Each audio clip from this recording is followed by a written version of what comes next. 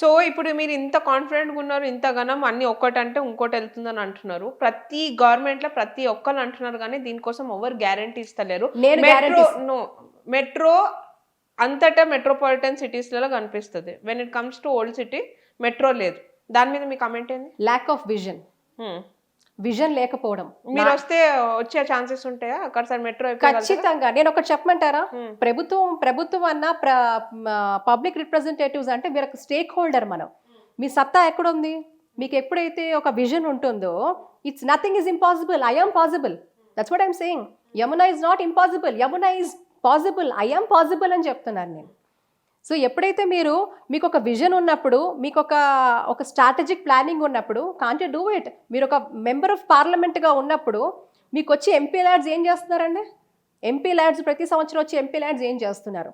And ఇంకొకటి, ఒక 5-6 decades 50-60 సంవత్సరాలుగా వాళ్ళు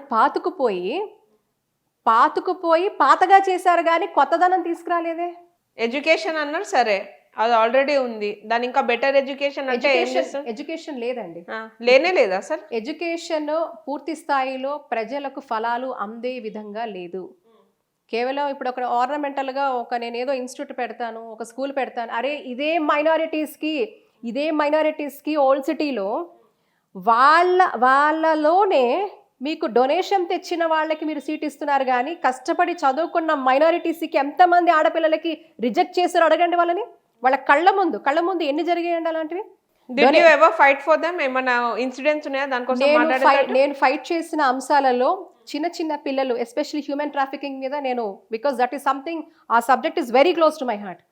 హ్యూమన్ ట్రాఫికింగ్ ఏదైతే ఉన్నదో చిన్న పిల్లల్ని నికా చేసేసి బయట పెద్దవాళ్ళకి ఇచ్చి పెళ్లి చేసేసి పంపించేసి, అబ్సల్యూట్లీ దుబాయ్ కావచ్చు, లేకపోతే మిడిల్ ఈస్ట్లో ఏదైనా ఒక కంట్రీ కావచ్చు.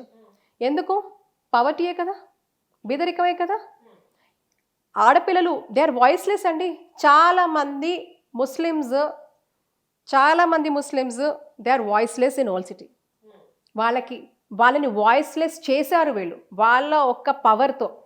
ఆ పవర్ అంతా మిస్యూజ్ చేశారని చెప్పడానికి ఎటువంటి సందేహం లేదు.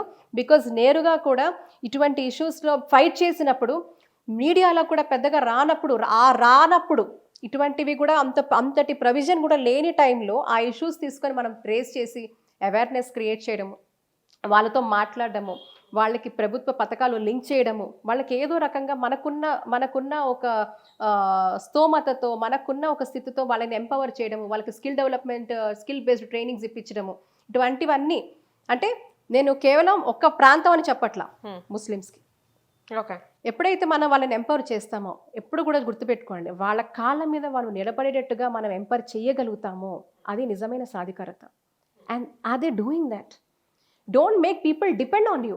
మీరు ఇప్పుడు చాలా వరకు కూడా మీరు చేసేది ఏంటి? జనాల్ని మీ మీద డిపెండ్ అయ్యేటట్టుగా చేసుకోవడం నాయకత్వం కాదు, వాళ్ళని తయారు చేయడంలో నాయకత్వం ఉంది. కింగ్ మేకర్స్ అనట్లే నేను. ప్రజలైనా కూడా వాళ్ళ కాళ్ళ మీద వాళ్ళు డీసెంట్ లైవ్లీహుడ్ ఇవ్వండి. వాళ్ళు చారు అన్నం తింటున్నారండి, మీరు కనీసం ఒక పప్పు కూర ఇవ్వండి. ప్రజలు పెద్దగా మిమ్మల్ని అడగట్లేదు. వాళ్ళు రోజు మిమ్మల్ని బిర్యానీను చేసి ఇమ్మడటం లేదు వాళ్ళు. మళ్ళీ don't you think this is like schemes ఇవన్నీ ఏవైతే పెడతారో that is nothing but making people depend on this.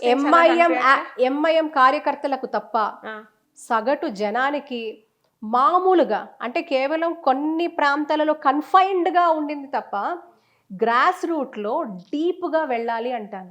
ఆ డ్రైనేజెస్ చూడండి ఒకసారి. గట్టిగా వర్షం పడితే ఈ హాస్పిటల్స్ ఎలా ఉంటాయి, పిహెచ్సిలు ఎలా ఉంటాయి, వాళ్ళ ఇల్లులు ఎలా ఉంటాయి? ఇరుకిరుకిల్లు. విశాలమైన ప్యాలెస్లో వాళ్ళు ఉంటారు, ఇరుకిరుకు గదుల్లో ఓల్డ్ సిటీ ప్రజలు మగ్గిపోతున్నారు. ఎంత వ్యత్యాసం చూడండి. వాళ్ళకి ఏమన్నా హెల్త్ ఇష్యూస్ వస్తే వాళ్ళు అబ్రాడ్కి వెళ్ళి ట్రీట్మెంట్ చేయించుకుంటారు. ప్రజలు మాత్రం కనీసం ఒక డాక్టర్ కూడా ట్రీట్మెంట్ ఇవ్వలేని పరిస్థితిలో ప్రజలు మగ్గిపోతున్నారు. పక్కనే డ్రైనేజ్ ఉంటుంది, అక్కడే ఉంటారు వాళ్ళకి వేరే దారి లేదండి. అది నాట్ జస్ట్ ఓల్డ్ సిటీ కదా, అంతటా ఉంది కదా. ప్రియాంక గారు, ఒక్కొక్క క్వశ్చన్ అడుగుతాను. డబుల్ బెడ్రూమ్ ఇల్లులు ఎందుకు ఓల్డ్ సిటీలో ఎంతమందికి వచ్చాయని అడుగుతున్నాను ఈరోజు. ఎంతమందికి ఓవైసీ డబుల్ బెడ్రూమ్ ఇల్లులు ఇదే సిటీలో పట్టణ ప్రాంతంలో ఉంటూ ఎంతమందికి ఆయన ఓల్డ్ సిటీలో ఇల్లులు కట్టించాడండి? ఎక్కడ కట్టించారండి? ఎవరు కట్టించారు? He has to give. ఆయన చేసిన అభివృద్ధి మీద ఈజ్ ఈ రెడీ టు గివ్ ఎనీథింగ్? వెళ్ళలేదు. ఎందుకు పాత బస్తీ పాతగానే ఉంది? ఎందుకు ఇంకా మనం పాత బస్తీ అంటున్నాం? ఓల్డ్ సిటీ ఇంగ్లీష్లో అంటుంది, మీరు తెలుగులో పాత బస్తీ అంటున్నారు. పాత బస్తీగానే ఎందుకు వస్తున్నాడు Owaisi? What is the reason? He should question. రావట్లేదు అంటున్నారు ఏంటండి? సెంట్రల్ నుంచి ఫండ్స్ రావట్లేదు. సెంట్రల్ నుంచి ఫండ్స్ అంటే ఈయన ఎప్పుడు ఎటువంటి నివేదిక ఇచ్చాడు? ఎందుకు అంటే ఒకటి ఆయన చదువుకున్నాడు కదా, ఆయన చదువు అంతేనా? హీ హ్యాస్, ఆయనకి వాయిస్ ఉంది కదా, ఆయన కాన్స్టిట్యున్సీ ఫైటింగ్ అని చెప్తున్నాడు. ఆయన అడుగుతాప్పుడు we are fighting but they have to release funds అన్నట్లు మాట్లాడుతున్నారు. మోకరీ, జనాల్ని వెర్రివాళ్ళు చేయడం. ఎందుకంటే జనం ఆయన ఏం చెప్పినా వింటారు అని ఆయన అనుకోవడం అది అవివేకం. ఎందుకంటే పూర్తి స్థాయిలో ముస్లింలు ఆయనకు ఓటు వేయరని నేను చెప్తాను ఈరోజు. అవునా? So how good are you with Muslim people there in old city? Old సిటీలో ఎంత ర్యాప్ ఉందండి? నేను మళ్ళీ చెప్తున్నా, being in to a secular country, ఈరోజు విడగొట్టి పాలన నేను చెయ్యను. ముస్లిమ్స్ అయినా, హిందువులైనా, క్రిస్టియన్స్ అయినా, సిక్కులైనా, బౌద్ధులైనా, ఎవరైనా కూడా వాళ్ళు ప్రజలు. ఈ దేశంలో ఉన్న ప్రజలకి ప్రతి ఒక్కరికి కూడా ప్రభుత్వం నుంచి కావలసిన వాళ్ళకి ఆ ఒక ప్రతిఫలం వెళ్ళాలి. ప్రభుత్వం వాళ్ళ తరఫు నుంచి ప్రభుత్వాలు ఏవైతే చెయ్యాలో ఆ ప్రభుత్వ ఫలాలన్నీ ప్రజలకు అందాలి. దానికి మనకి రాష్ట్ర ప్రభుత్వ సహకారం కూడా కంపల్సరీ ఉండాలి. ఇది ఈరోజు మనం ఇంకా కూడా తెలంగాణ ఆయన పార్లమెంట్ పరిధిలో ఏవైతే మనం చేయగలుగుతామో, ఎటువంటివైతే మనం చేయగలుగుతామో అవన్నీ చేస్తూనే ఒక పార్లమెంటేరియన్గా he should have a very good rapport with the state government. State government ఆయనకి ఎందుకుంది? ఆయన ఒక వ్యక్తిగత స్వార్థానికే రాష్ట్ర ప్రభుత్వాలు ఆయనకి. ఆయన ఉనికి కోసమే రాష్ట్ర ప్రభుత్వాలతో బాగా సన్నిహితంగా ఉంటాడు, ప్రజల కోసం కాదు. ప్రజలు ఎందుకు మెట్రో ఎందుకు రాలేదు? Why is he not voicing on it?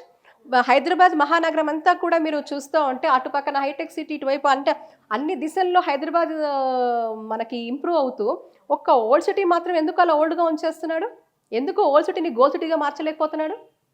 ఎందుకు ఓల్డ్ సిటీలో ఉన్న ప్రజలకు బంగారు భవిష్యత్తు ఇవ్వలేకపోతున్నాడు? ఉన్న చిన్న చిన్న పిల్లలకి ఎందుకు బంగారు భవిత ఆయన ఏర్పాటు చేయలేకపోతున్నాడు? ఆయనకి ఏం విజన్ ఉందండి? వ్యక్తిగత స్వార్థం, కుటుంబ పాలన.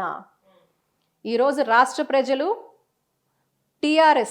బీఆర్ఎస్ని ఎట్లాగైతే వాళ్ళ కుటుంబ పాలన అంతం చేశారో అదేవిధంగా ఓల్డ్ సిటీలో ఉన్న ప్రజలు, భాగ్యనగర ప్రజలు కూడా ఓల్డ్ సిటీలో ఉన్న ఓవైసీ కుటుంబ పాలన తప్పకుండా మరుగున పడేస్తారు. ఇది ఖచ్చితం.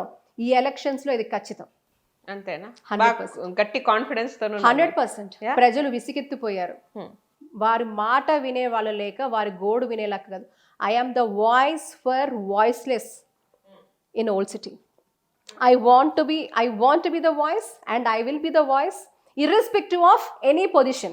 మళ్ళీ చెప్తున్నాను, ఈరోజు కెమెరా ముందుగా నేను how good are you available for old city people? ఇప్పుడు ఓవైసీ అనేటైనా ఆడ ఓల్డ్ సిటీలోనే ఉంటాడు, నాపల్లి సైడ్. అక్కడనే ఎవరైనా నేను ఇంటికి ఎప్పుడు పడితే అప్పుడు పోవచ్చు, ఏదున్నా అని ఇమీడియట్గా రష్ చేస్తుంటాడు. మీ దగ్గరకు వస్తే మీరు ఎంత క్లోజ్ ఉన్నారు? ఎంత రెగ్యులర్గా ఓల్డ్ సిటీకి వెళ్తుంటుంటారు? ఎంత మందితో మీరు కలుస్తుంటుంటారు? అక్కడ చాలా ఇష్యూస్ మీద, వేరియడ్ ఇష్యూస్ మీద పనిచేస్తూ ఉన్నామండి. ఎందుకంటే ఈరోజు మీకు కింద కన్నాను, సమస్యల వలయం ఓల్డ్ సిటీ. మనం ఇండివిజువల్ కెపాసిటీలు, ఈరోజు నేను వ్యక్తిగతంగా రాజకీయ పరంగా పార్టీలో ఉండి పార్టీ పరంగా చేయాల్సిన కార్యక్రమాలు, పార్టీ కార్యాచరణతో పాటు వ్యక్తిగతంగా ప్రజలతో కలిసి మమేకమై పనిచేయడం నాకు ఇష్టం కాబట్టి అది ఉడతా భక్తిగా చేస్తూనే వస్తున్నా.